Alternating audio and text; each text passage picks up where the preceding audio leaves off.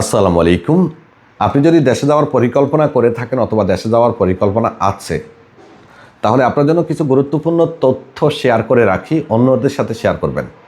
ইতিমধ্যে আমরা অনেকেই হয়তো জানি, অনেকে হয়তো জানি না, দেশে এমআরপি পাসপোর্টের কার্যক্রম অনেক আগেই বন্ধ হয়েছে। ডিজিটাল পাসপোর্ট দেশে কিন্তু রিইস্যু করা যায় না, নতুন করে বানানোও যায় না।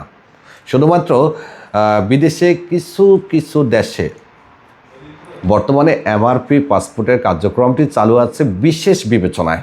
এর মধ্যে সৌদি আরবও আছে। তবে সৌদি আরবে এমআরপি পাসপোর্ট রিইস্যু এবং রিইস্যু করার ক্ষেত্রে সময় কিন্তু পাসপোর্ট থেকে অনেক বেশি লাগে। পাসপোর্ট 20 থেকে 25 দিনে চলে আসলেও এমআরপি পাসপোর্ট আসতে কখনো কখনো 3 মাস 4 মাসও লেগে যায়। তো আমার প্রবাসী ভাইদের প্রতি একটা পরামর্শ থাকবে, আপনি যখন দেশে যাবেন কষ্ট করে আপনার পক্ষে যদি সম্ভব হয় তাহলে আপনি পাসপোর্টটি বানিয়ে নেবেন। পাসপোর্ট যদি বানান তাহলে এটাও চেষ্টা করবেন অন্তত 10 বছরের জন্য বানাবেন। অন্তত 10 বছরের জন্য বানালে আপনি কিছুটা হেডেক মুক্ত থাকবেন।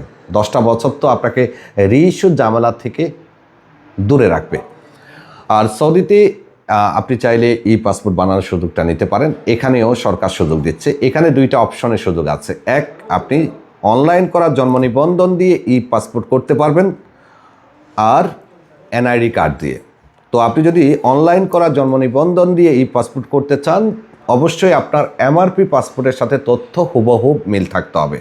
আর যদি এনআইডি কার্ড দিয়ে করেন তাহলে এনআইডির তথ্য অনুযায়ী আপনি পাসপোর্ট তৈরি করতে পারবেন।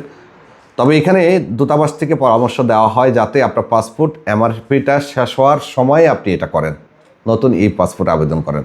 যথেষ্ট সময় থাকলে অনেক সময় রিজেক্ট করেও দিতে পারে, তারপরেও আপনি অ্যাম্বাসির সাথে কথা বলে দেখতে পারেন।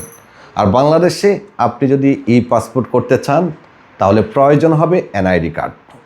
ধন্যবাদ সবাইকে, ভালো থাকবেন, আল্লাহ হাফেজ।